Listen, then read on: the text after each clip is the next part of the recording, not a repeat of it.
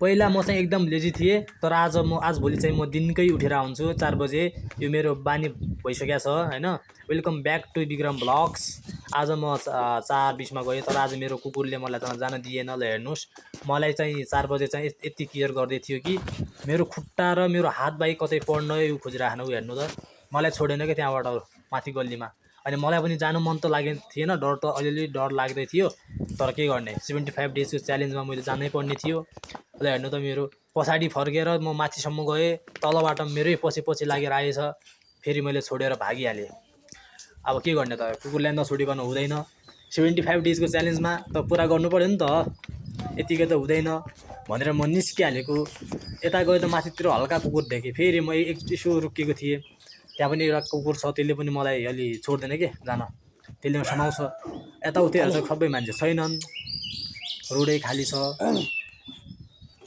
जाँदै थिएँ यताउति हेर्दै थिएँ, त्यो कुकुरहरू पनि छ। अनि अब भ्लगिङ गर्नु पनि अब लाज लाग्छ नि त, पहिला मान्छेहरू भयो भने म त्यति खासै गर्दैन, लाज पनि लाग्छ, त्यस्तो खासै इन्ट्रेस्ट पनि लाग्दैन नि त। अनि पर गएँ, हल्का पर गएँ, 2-4 घरभन्दा पछाडि त्यो रोडको साइडमा गएँ, अनि मात्र मैले सुरु गरेँ कि मेरो अब चाहिँ भिडियो बनाउनु पर्छ भनेर, न त मैले खासै त्यति बनाएको थिएन।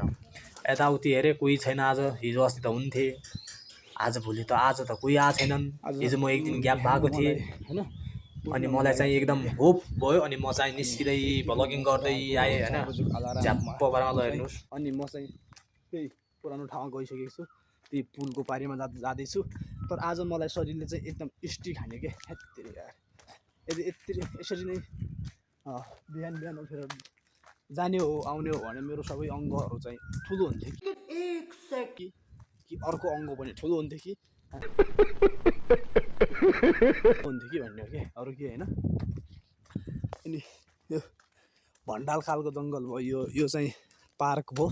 म चाहिँ आफ्नै चिलपारामा छु, यता पछाडि कोही छैन, यता पनि कोही छैन, ठिक छ होइन। अनि आज बिहान चाहिँ मलाई उठ्न अलि गाह्रो भएको थियो, तर पनि ठिक छ। अनि सबैजनाले सब्सक्राइब गरिदिनु होला मेरो डे 75 को 8 डेजमा। त 8 डेजमा म आज एक्लै छु, यताउति गएको छैन, बस ठिक्क आफ्नै बाटोमा छु। त्यही भएर उता गएर गर्छु म एकछिन रनिङ, अनि त्यो माथि पुल, आकाशी पुलमा यता चाहिँ म भ्लगिङ गर्दै जाने हो, इन्टरटेनमेन्ट। अनि सबैजनालाई के भन्छु भनेपछि मेरो एउटै छ, बिहान उठेर लाइफमा यति चाहिँ योगिङ गर्नुपर्छ कि, अरू नगरे पनि ठिक छ।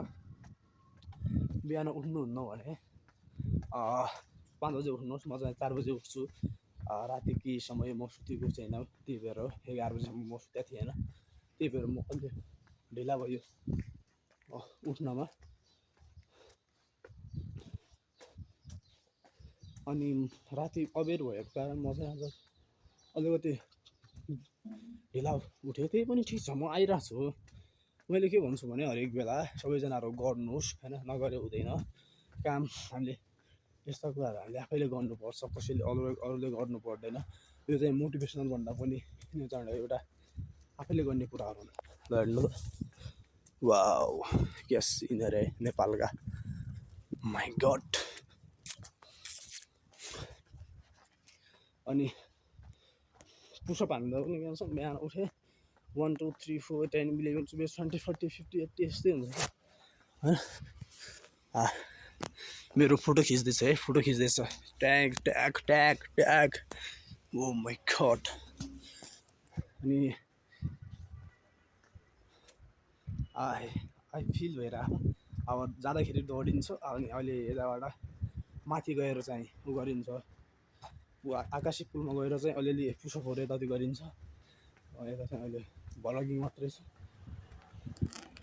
अनि यता चाहिँ अब कारहरू आउँदैछ, गाडीहरू आउँदैछ, यही हो सधैँ भयो होइन। त्यो चाहिँ मलाई के गर्छ के गरेँ झ्यापमा हानिदियो क्या, बिहान उठ्न सक्दैन एक त। ल हेर्नु त, यहाँ पार्क छ होइन, यहाँ ठ्याक्क जङ्गल छ, जङ्गलको माथि म छु, म माथि आकाशी पुल छ, आकाशी पुलको माथि फेरि म छु। हा हा हा हा, यहाँबाट यस। तपाईँहरू सबैजना सब्सक्राइब गरिदिनु होला होइन। त्यो हामीले, म चाहिँ सबैलाई के भन्छु भनेपछि मजाले भिडियो बनाउनुहोस्, युट्युबमा हाल्नुहोस्, भ्युज आउँदैन, मेरो पनि भ्युज समस्या भइरहेको होइन। हामीले हार मान्नु हुँदैन, बनाइराख्ने भिडियो युट्युबमा। सोसियलमा चाहिँ हुन्छ नि हाम्रो फेसबुक, सामाजिक सञ्जालका प्लेटफर्महरू जस्तो फेसबुक, इन्स्टाग्राम, टिकटक, युट्युब सबमा भिडियो बनाएर हाल्ने क्या लङ भिडियोहरू। यत्तिकै बसेर भएन होइन, पछाडिका सबै भिडियोहरूमा प्लेटफर्महरूमा भिडियो हाल्ने होइन। एक दिन त भइन्छ नि त सक्सेस, मिहिनेत गर्नुपर्छ, मिहिनेत नगरिकन केही पनि पुरा हुँदैन भन्ने धारणा चाहिँ मेरो हो।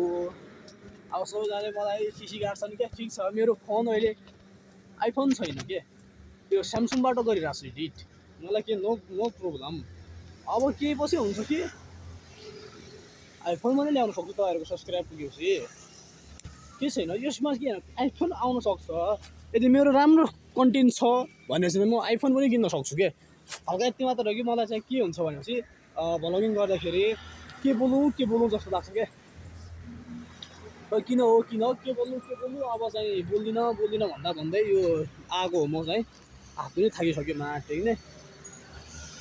यो पुरै राशिफुल काठमाडौँको भ्यू, पशुपतिनाथ उता छ होइन, यो पशुपतिनाथ। म चाहिँ त्यता आउनु सकिनँ, एकछिनमा आउँछु बरु। तर अहिले मेरो काम भनेको यसमा, मेरो चाहिँ यसमै गर्ने हो, यसमै बस्ने हो। अनि लङ भिडियो बनाएर हाल्नु, सर्ट भिडियोहरू हाल्नु। अनि मेरो चाहिँ बिग्रिने चाहिँ कहाँनिर छ भनेपछि सर्ट भिडियो पनि हुँदैन मेरो हातबाट, लङमा पनि भइरहेको त्यो मैले कन्टेन्टै पाएको छैन क्या। जब कि मैले 8 वा 7 भिडियो बनाइसकेँ, 7 भिडियोमा मेरो त्यस्तो ध्यानै गएको छैन क्या होइन। त्यही भएर मेरो कन्टेन्ट चाहिँ खै कस्तो हुनाले क्या।